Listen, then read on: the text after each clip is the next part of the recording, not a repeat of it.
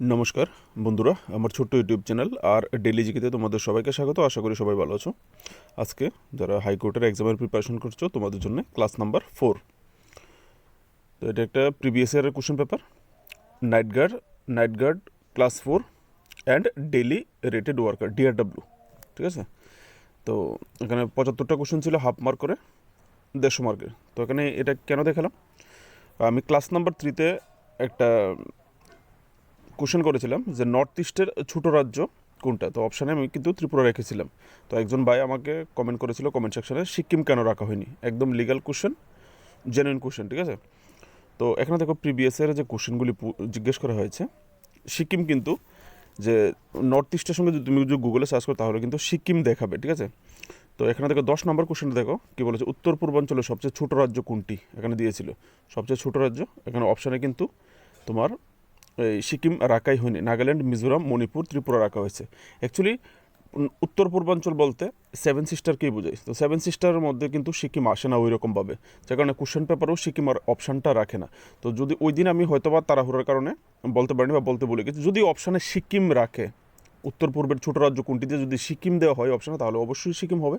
আর যদি সিকিম না দেওয়া হয় তাহলে অবশ্যই ত্রিপুরা হবে। আমি শুধু ত্রিপুরা দিয়েই কোশ্চেনটা করেছি। জেনারেলি আরও অন্যান্য জায়গায় প্রিভিয়াসের যে কোশ্চেন পেপারে করা হয়েছে সেখানে সিকিম অপশানটা রাখা হয়নি, ত্রিপুরায় রাখা হয়ে থাকে, যার কারণে আমি ত্রিপুরা দিয়েই করেছিলাম। ঠিক আছে, চলো আজকের কোশ্চেনের টপিক কিন্তু এটা না, আজকের টপিক হচ্ছে বায়ুমণ্ডল নিয়ে। চলো দেখে নেব কোশ্চেনগুলি। এটা হচ্ছে 2021-এর ডিআরডব্লিউর ত্রিপুরা হাইকোর্টের কোশ্চেন পেপার। এখানে দেখো 3 নম্বর কোশ্চেন পেপার, আমাদের বায়ুমণ্ডল বিভক্ত নিম্নরূপে, মানে বায়ুমণ্ডলে কয়টা স্তর এটাই জিজ্ঞেস করতে চাইছে। ঠিক আছে, বায়ুমণ্ডলে 5টা স্তর ছিল, যে আনসার করেছিল সঠিক আনসার করেছিল। তো এই বায়ুমণ্ডল রিলেটেড আজকে বিষয়টা জেনে নেব। চলো দেখে নিই বায়ুমণ্ডলের 5টা স্তর। ঠিক আছে, তো এখান থেকে দেখে নেব। প্রথম স্তরটা হচ্ছে ট্রোপোস্ফিয়ার, তারপর হচ্ছে স্ট্রেটোস্ফিয়ার, তারপর মেসোস্ফিয়ার, তারপর থার্মোস্ফিয়ার তাপমণ্ডল, তারপর হচ্ছে এক্সোস্ফিয়ার বহির্মণ্ডল। ঠিক আছে, তো এই হচ্ছে 5টা লেয়ার কোনটার পরে কোনটা আসে তোমরা একদম ঠুটস্থ মুখস্থ করে রেখে দেবে। যদি কখনো জিজ্ঞেস করে থার্মোস্ফিয়ারের নিচের লেয়ারকে কী বলা হয়, তাহলে মেসোস্ফিয়ার, বা মেসোস্ফিয়ারের উপরের লেয়ারকে কী বলা হয় থার্মোস্ফিয়ার, বা থার্মোস্ফিয়ারের উপরের লেয়ারকে কী বলা হয় এক্সোস্ফিয়ার, এরকম বলতে পারে। আর সবচেয়ে বেশি জিজ্ঞেস যেটা করা হয় বায়ুমণ্ডলের সবচেয়ে নিচের স্তর এবং বায়ুমণ্ডলের সবচেয়ে উপরের স্তর, এরকম জিজ্ঞেস করা হয়। ঠিক আছে, চান্সেসটা বেশি থাকে। ট্রোপোস্ফিয়ার, এটা কিন্তু টিপিএসসির কোশ্চেনও কিন্তু করা হয়ে থাকে, বায়ুমণ্ডলের সবচেয়ে নিচু স্তরকে কী বলা হয়ে থাকে, এই স্তরগুলি নিয়ে কোশ্চেন করে। ঠিক আছে, আমি নিজেও পেয়েছি। তো এগুলি মনে রাখবে, একদম ছোটো মুখস্থ করে নেবে 5টা স্তর কোন স্তরে কীরকম আসে। ঠিক আছে, এখন আলোচনা করে নেব কোশ্চেনের স্তরগুলি কোন স্তরে কী কী পাওয়া যায়, কী কী ঘটে, ইম্পর্টেন্ট যেগুলি নিয়ে কোশ্চেন করতে পারে সেগুলি আলোচনা করব। প্রথমটা হচ্ছে ট্রোপোস্ফিয়ার বা ঘনমণ্ডল বা ক্ষুব্ধমণ্ডল বলা হয়ে থাকে ট্রোপোস্ফিয়ারকে। যদি তোমাকে কখন কোশ্চেন করে কোন বায়ুমণ্ডলের কোন স্তরকে ঘনমণ্ডল বা ক্ষুব্ধমণ্ডল বলে, তাহলে ট্রোপোস্ফিয়ারকে। দৈর্ঘ্য ভূপৃষ্ঠ থেকে 18 কিলোমিটার। ঠিক আছে, আর মেরু অঞ্চলে 8 কিলোমিটার। মেরু অঞ্চল, মেরু বলতে দক্ষিণ মেরু, উত্তর মেরু। ঠিক আছে, সেখানে 8 কিলোমিটার। তো বৈশিষ্ট্য, সবচেয়ে বায়ুমণ্ডলের সবচেয়ে ঘন এবং ভারী স্তর। যদি জিজ্ঞেস করা হয় বায়ুমণ্ডলের কোন স্তরকে সবচেয়ে ঘন এবং ভারী স্তর বলা হয়ে থাকে, তাহলে অবশ্যই ট্রোপোস্ফিয়ার, সবচেয়ে নিচের স্তর। ঠিক আছে, আর বায়ুমণ্ডলের কোন স্তরে ঝড়, বৃষ্টি, বজ্রপাত, কুয়াশা থাকে জিজ্ঞেস করা হলে ট্রোপোস্ফিয়ারে। ঠিক আছে, দেখো এই পয়েন্টগুলি এখানে তোমাদের জন্য রাখা হয়েছে, সুবিধার্থে পড়ে নেবে। এখানে ট্রোপোস্ফিয়ারের যে সবচেয়ে ঊর্ধ্বসীমা বা ট্রোপোস্ফিয়ারের যে লাস্ট সীমা স্ট্রেটোস্ফিয়ারে যাওয়ার আগে, ঠিক আছে, দ্বিতীয় স্তরে যাওয়ার আগে একদম যে ঊর্ধ্বসীমা সেটাকে ট্রোপোফস বলা হয়ে থাকে। ঠিক আছে, ট্রোপোস্ফিয়ারের ঊর্ধ্বসীমাকে ট্রোপোফস বলা হয়ে থাকে, মনে রাখবে। ঠিক আছে, জিজ্ঞেস করলে করতে পারে ট্রোপোস্ফিয়ারের উপস্তরকে কী বলা হয়ে থাকে, ট্রোপোফস বলা হয়ে থাকে। নেক্সট দ্বিতীয়, তারপর হচ্ছে স্ট্রেটোস্ফিয়ার, ট্রোপোস্ফিয়ারের পরে দ্বিতীয় যে লেয়ার বা শান্তমণ্ডল। ঠিক আছে, ট্রোপোস্ফিয়ার বা শান্তমণ্ডল, যার দৈর্ঘ্য হচ্ছে 12 থেকে 50 কিলোমিটারের মধ্যে। ঠিক আছে, তো এখানে কি কি হয়, ঝড় বৃষ্টি ইত্যাদি না থাকার ফলে এই স্তরের বায়ু শান্ত থাকে। ঠিক আছে, এবার তোমাকে জিজ্ঞেস করতে হবে কোন স্তরের বায়ু খুব শান্ত থাকে, ঝড় বা কোন স্তরে বায়ুমণ্ডলের কোন স্তরে ঝড় বৃষ্টি নেই। ঠিক আছে, এরকম কোশ্চেন করলে তোমরা আনসার করতে পারবে। স্ট্রেটোস্ফিয়ার, তো এখানে দেখো এই যে 3 নাম্বার পয়েন্টটা, 2 নম্বর পয়েন্টও ইম্পর্টেন্ট, বায়ুমণ্ডলে এই বায়ুর চাপ খুব কম থাকে, বায়ুর প্রেশার খুব কম থাকে, এয়ার প্রেশার, এবং বায়ু খুব হালকা হয় যদি জিজ্ঞেস করে, ঠিক আছে। এই যে 3 নম্বর পয়েন্টটা, সেটা নিয়ে কিন্তু কোশ্চেন করা হয়ে থাকে। এই স্ট্র্যাটোস্ফিয়ারের 20 কিলোমিটার থেকে 50 কিলোমিটার যে উচ্চতায়, সেটাকে ওজোন গ্যাস পাওয়া যায়। এটাকে বায়ুমণ্ডলের ওজোন স্তর বা ওজোনোস্ফিয়ার বলে। তো এই স্তর সূর্য থেকে আগত অতিবেগুনি রশ্মি শোষণ করে নেয়। মানে এবার যদি তোমাকে কোশ্চেন পেপার বলে সূর্যের বায়ুমণ্ডলের কোন স্তর এই সূর্যের অতিবেগুনি রশ্মিকে পৃথিবীতে আসতে বাধা দেয় বা অতিবেগুনি রশ্মি থেকে আমাদেরকে রক্ষা করে, তাহলে বায়ুমণ্ডলের ওজোন স্তর বা ওজোনোস্ফিয়ার এরকম যদি অপশানে থাকে, এটা টিপিএসসিতেও কোশ্চেন করা হয়, ঠিক আছে। বিভিন্ন রকম দেশে যে কম্পিটিটিভ লেভেলে এক্সাম হয়, এই স্তরটা নিয়ে কিন্তু কোশ্চেন করা হয়। বায়ুমণ্ডলের কোন স্তর সূর্যের অতিবেগুনি রশ্মি থেকে আমাদের রক্ষা করে, ঠিক আছে। তো বায়ুমণ্ডলের ওজোন স্তর কোন লেয়ারে পাওয়া যায়? স্ট্র্যাটোস্ফিয়ারে, ঠিক আছে। আর স্ট্র্যাটোস্ফিয়ারের যে সবচেয়ে উপরের স্তর, সেটাকে স্ট্র্যাটোফোস বলে, ঠিক আছে। ট্রোপোস্ফিয়ারের একদম উপরের স্তর ট্রোপোফোস, আর স্ট্র্যাটোস্ফিয়ারের একদম উপরের স্তরকে স্ট্র্যাটোফোস বলা হয়ে থাকে। তারপর 3 নম্বর স্তর মেসোস্ফিয়ার, 50 কিলোমিটার থেকে 80 কিলোমিটার উপরে, ঠিক আছে। উপরে 50 কিলোমিটার থেকে 80 কিলোমিটার মধ্যে অবস্থিত।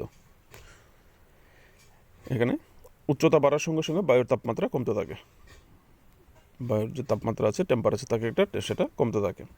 এই বায়ুমণ্ডলের শীতলতম অঞ্চল, এটা হচ্ছে বায়ুমণ্ডল, এই যে বায়ুমণ্ডলের 5টা স্তর, এর মধ্যে এই যে অঞ্চলটা, এই মেসোস্ফিয়ার, সেটা হচ্ছে শীতলতম অঞ্চল। এবার তোমাকে বায়ুমণ্ডলের শীতলতম অঞ্চল বা বায়ুমণ্ডলের কোন স্তর শীতলতম জিজ্ঞেস করলে মেসোস্ফিয়ার, ঠিক আছে। আর একটা বিশেষ হচ্ছে এই 3 নম্বর পয়েন্টটা দেখো, মহাকাশ থেকে যে উল্কা পৃথিবীর দিকে ছুটে আসে, সেগুলি এই মেসোস্ফিয়ারের মধ্যে এসে পুরো ছাই হয়ে যায়।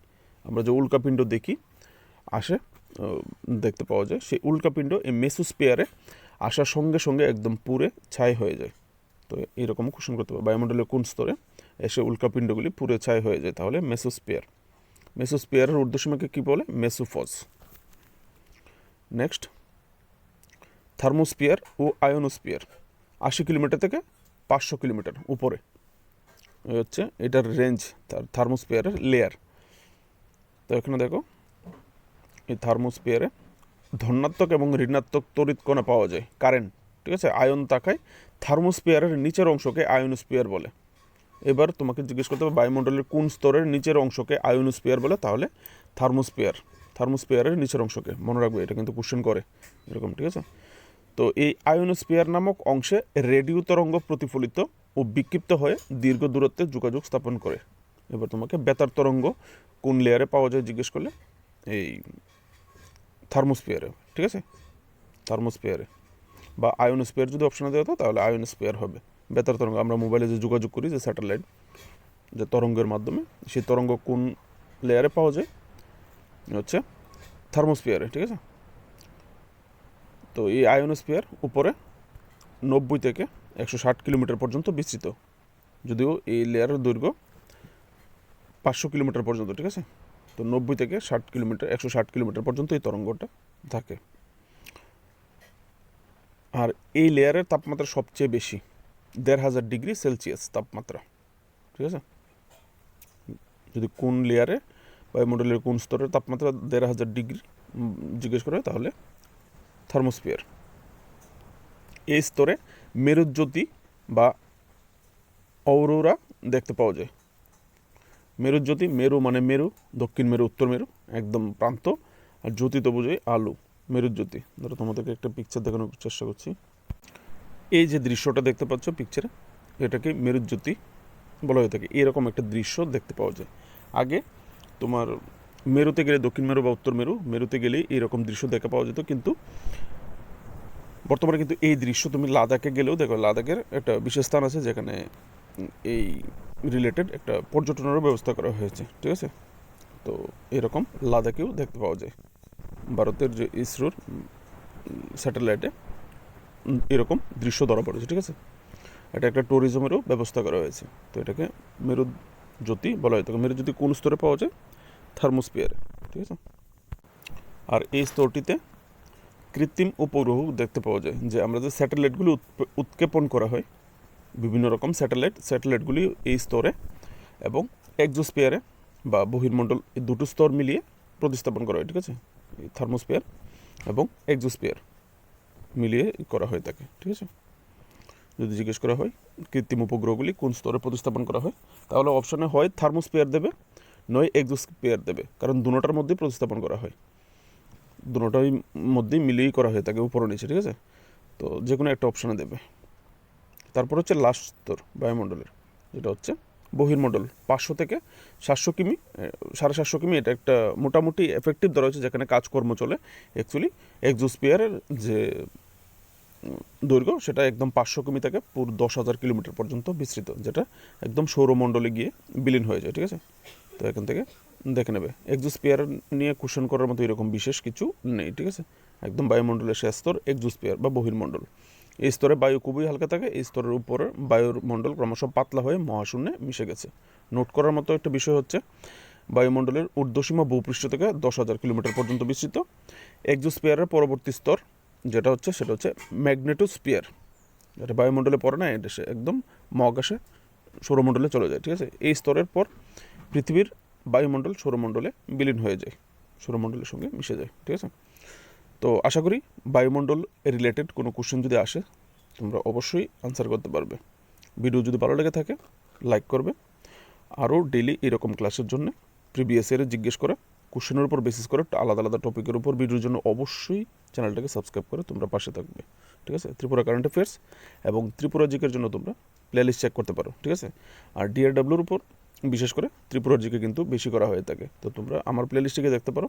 200-র উপরে সিলেক্টেড ত্রিপুরা কারেন্ট অ্যাফেয়ার্স আছে যেগুলি থেকেই কোশ্চেন করা হয়, ঠিক আছে? ভালো থাকবে, দেখা হচ্ছে নেক্সট ভিডিওতে। নমস্কার।